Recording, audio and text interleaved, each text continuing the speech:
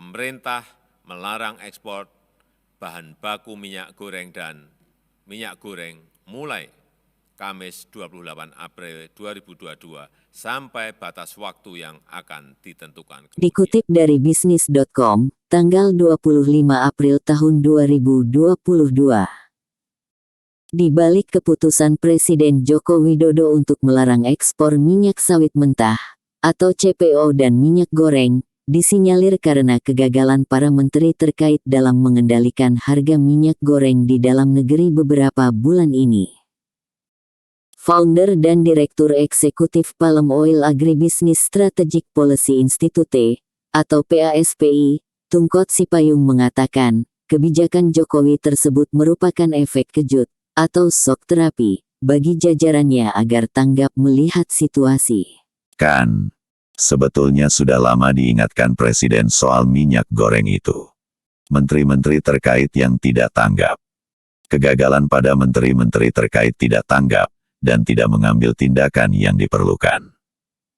Malah kebijakan yang ada justru membuat persoalan baru, ujarnya saat dihubungi bisnis, Minggu tanggal 25 April tahun 2022.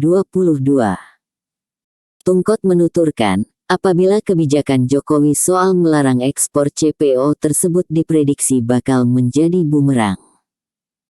Hal ini dikarenakan, kebijakan yang rencananya akan berlaku pada tanggal 28 April tahun 2022 itu, diyakini belum bisa menurunkan, atau menstabilkan minyak goreng di dalam negeri.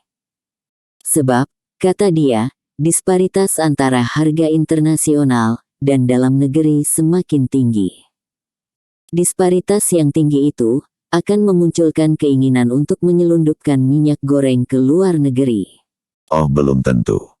Minyak goreng jadi murah katakanlah, ini diekspor, sehingga harga dalam negeri turun, awal-awalnya turun. Tapi, disparitas harga antara internasional dan dalam negeri makin meledak.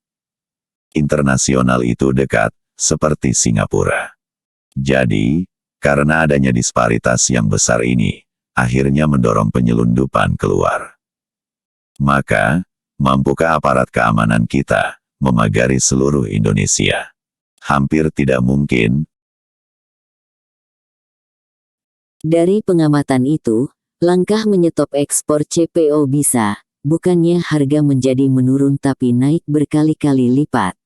Terjadi penyelundupan keluar, jadi kita enggak ada pemasukan, enggak ada biaya keluar, jadi harga dalam negeri bisa naik, kata mantan komisaris PT PN 4 itu.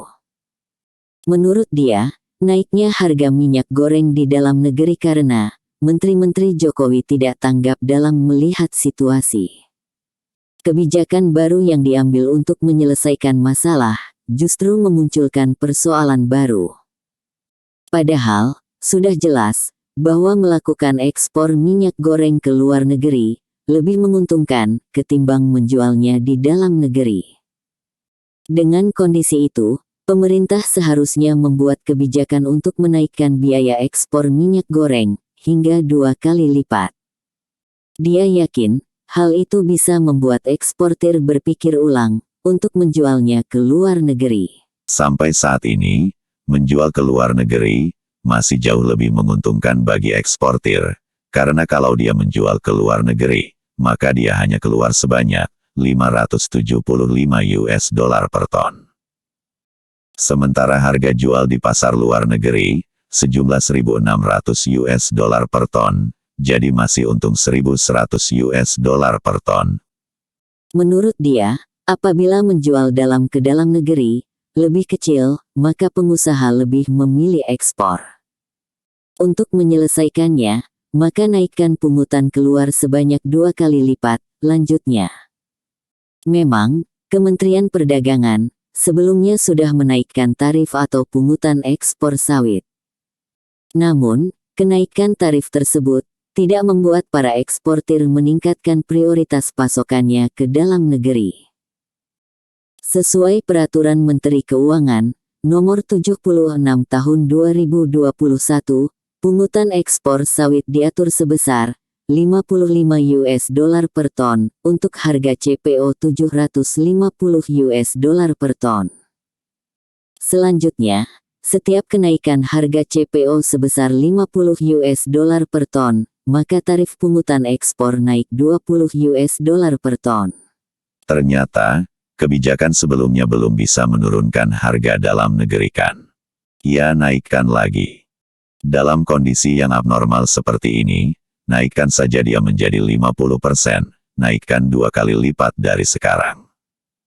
Dengan biaya keluar itu, nanti dia akan membayar sekitar $800 kepada negara. Nah, dia akan memilih dua-duanya, menjual sebagian ke luar negeri dan sebagian di dalam negeri. Dia pun mengingatkan pemerintah untuk memahami perilaku usaha. Lalu, membuat kebijakan untuk mengiring perilaku usaha ini, untuk kepentingan nasional. Pemerintah harus paham perilaku dunia usaha. Buat kebijakan untuk mengiring perilaku untuk kepentingan nasional, pungkasnya.